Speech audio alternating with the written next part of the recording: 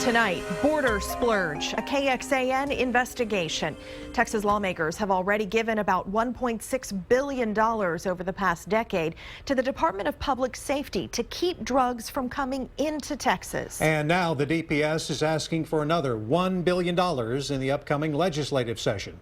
But top law enforcement here at home tell KXAN investigator Brian Collister the state's border surge is doing little to stop drugs from making their way from Mexico here to Central Texas. All of my kids would always tell me, he is your favorite. He was this incredibly open-minded, warm person that really had a lot of friends. He was magnetic. Dylan Massengill was just 21 when his body was found in this overgrown field in North Austin last year.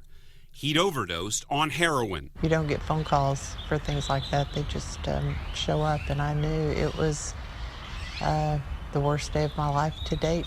Gina Massengill's son was just one of the many users whose appetite for drugs is fed by narcotics produced by Mexican drug cartels and smuggled into Texas. In the past 2 years, Austin police say their officers have made more than 16,000 drug arrests and seized 41 pounds of heroin, 215 pounds of cocaine, 365 pounds of meth, and 3,000 pounds of marijuana, much of that coming straight from Mexico.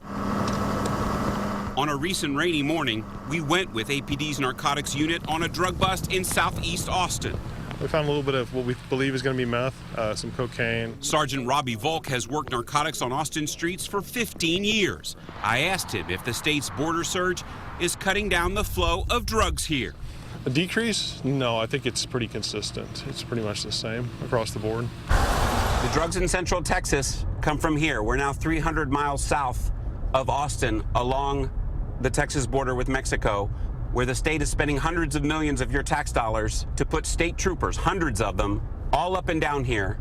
There's one right now. They're here to stop the flow of drugs. DPS says it's been very effective in the two border counties, Hidalgo and Starr, where the majority of its troopers have been deployed. But the agency's own statistics show cartel smugglers are simply going around those counties and into other parts of the state. It's like a balloon. You squeeze a balloon in the middle, what happens? The sides swell up, all right? There's choke points. Gilbert Gonzalez is executive director of the Texas Narcotics Officers Association, an expert in how the cartels operate. You're disrupting that, so it causes some reorganization on their part, and it's costing them much more effort to go to remote areas and cross. But the drugs still get through. Yes. And that's why the head of the DEA here in Austin says he's seen no change on the streets. What impact has the border surge had on the amount of drugs coming across and the price on the street? From our perspective here in Austin, we haven't seen a major difference. Except when it comes to price. And right now we're seeing prices going down. On some drugs. Like methamphetamines. Even DPS Director Steve McCraw explained to lawmakers he thinks street price is the best indicator. If we're only having an impact, the price of drugs should be going up, not down. Hands up! Hands up! Despite that statement, DPS has never released any intel it has on street prices, so KXAN asked for it. The agency responded with this letter, claiming drug prices have gone up since the surge. But look closely. Their numbers come from just 3 cases involving informants and undercover officers along the most heavily patrolled stretch of the border. It contradicts what other law enforcement agencies, like APD here at home, are seeing on the streets. You can get an ounce of crystal methamphetamine for, I would say, around $500 or $600, and that's down from maybe $900 or $1,000 for an ounce.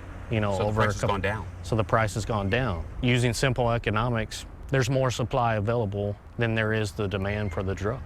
Your son didn't have any problem getting access to heroin? He did not. He did not. Like I said, it was a text or a phone call away. So all the money the state is putting in to try to take drugs off the street, do you think that's working? I don't think so.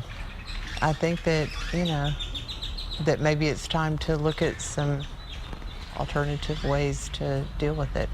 I'm not sure what that is. I hope that we can make a difference.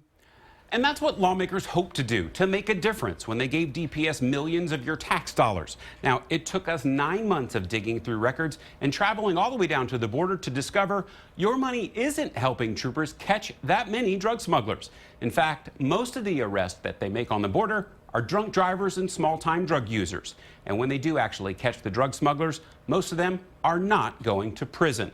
Now, we're working to get answers from elected officials about all of this. And also, we've been digging into the court cases, and we'll be able to show you how most of these folks are just getting a slap on the wrist when they get caught. And so you'll show us tomorrow night on KXAN News at 10 when our investigation continues. Brian, I know DPS declined your request for an interview, but in an email, it explained the strategic goal of its operation is to increase the level of security zone by zone along the border. It says it's a strategy of prevention rather than responding to transnational crime after it reaches our communities. And with a preventive strategy, you can expect to see a number of residual impacts. It's told lawmakers that includes a decrease in the overall amount of drugs smuggled into Texas, but it also says it comes with an increase in drug and human smuggling in adjoining areas. Online now, Border Splurge, Texas billion-dollar drug war. We break down our team's investigation with interactive features on trooper arrests, state spending, and DPS manpower. It's all in the investigative section of KXAN.com right now.